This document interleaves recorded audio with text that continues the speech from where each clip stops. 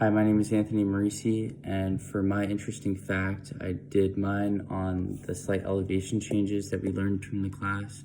It may sound silly, but just like the slight changes can cause a very big difference in the temperature, and it can cause ecotones in totally different environments. And if you didn't take this class, or at least for me, I could go on walks and not really notice that as much as I do now. So for my plant I chose was the Strangler fig, and the scientific name is the Fiscus aurora. So just like a brief introduction to the plant, it basically wraps around other trees and stuff, so it doesn't grow on its own. It requires the help of something else. And they have sticky seeds that kind of reside on the top of the trees, on the canopies by the sun. And then they just grow down, get the nutrients and get the sturdiness from the roots, and then they can continue growing up and getting more sunlight. So that kind of went into the description, but basically they can grow around 30 feet in cultivation, and in their native ranges, they can grow about 150 feet tall. So they can get pretty big, and when they get older, and they can live without the host tree that they grow off of.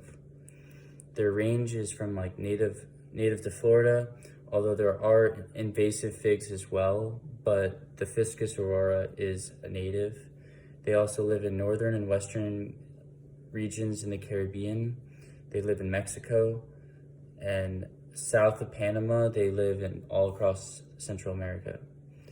They really do need humidity. They don't really survive well with the lack of it. That's why they don't do well in California. They don't really exist there. The ecological role, they have two very important roles, and the first one being that they provide shelter to a lot of different species. When the host tree dies, it pretty much makes the Strangler fig a hollowed out tree, and so it provides shelter to a lot of different species.